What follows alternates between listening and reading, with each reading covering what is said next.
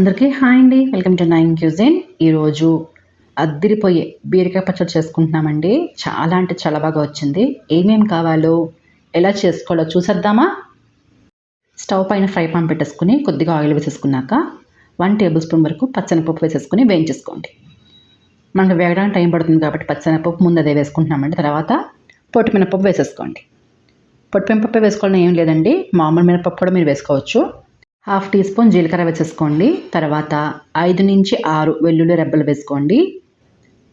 4 నుంచి 5 పచ్చిమిర్చి. కారం తగ్గట్టు ఎక్కువ కావాలంటే ఎక్కువ వేసుకోండి. నేనైతే మీడియం స్పైస్లో వేసుకుంటున్నాను.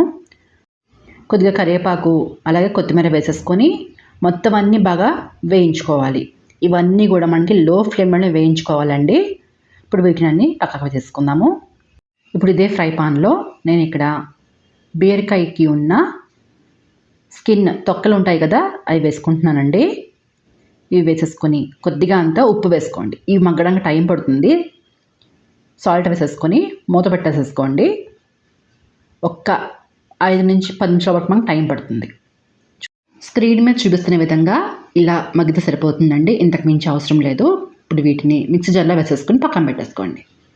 ఇదే ఫ్రై పాన్లో కొద్దిగా ఆయిల్ వేసేసుకొని 2 పెద్ద బీరకాయలని సన్నగా చాప్ చేసేసుకొని ఇలా వేసేసుకోండి.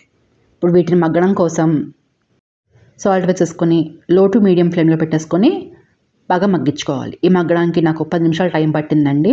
10 నిమిషాల తర్వాత మూత తీసి చూస్తే ఇలాగా మగ్గినాయి. చూస్తున్నారు కదా, ఇక్కడ మీకు మొత్తం వాటర్ అనేది లేకుండా బీరకాయ ముక్కలు బాగా మగ్గిపోయినాయి. ఇలా వచ్చేటప్పటికి స్టవ్ ఆఫ్ చేసేసుకోండి. ఈ బీరకాయ ముక్కలు చల్లారేలోపు ముందుగా మనం తీసి పెట్టుకున్నాం కదండి, అది మిక్సీ చేసేసుకుందాము. కొద్దిగా చింతపండు వేసుకోండి, నిమ్మకాయ సైజ్ అంతా వేసేసుకొని కోర్స్గా గ్రైండ్ చేసుకోండి ఇలాగా. ఇప్పుడు ఇందులోకి చల్లారిపోయిన బీరకాయ ముక్కలు వేసేసుకోండి. అలాగే ఉప్పు కూడా వేసేసుకొని మొత్తం అంతా గ్రైండ్ చేసేసుకోండి ఇలాగా. సర్వింగ్ బౌల్లో తీసేసుకొని పైనుంచి తాలింపు వేసేసుకోండి. చూస్తున్నారు కదండి ఎంత ఈజీగా త్వరగా అయిపోయిందో బీరకాయ పచ్చడి.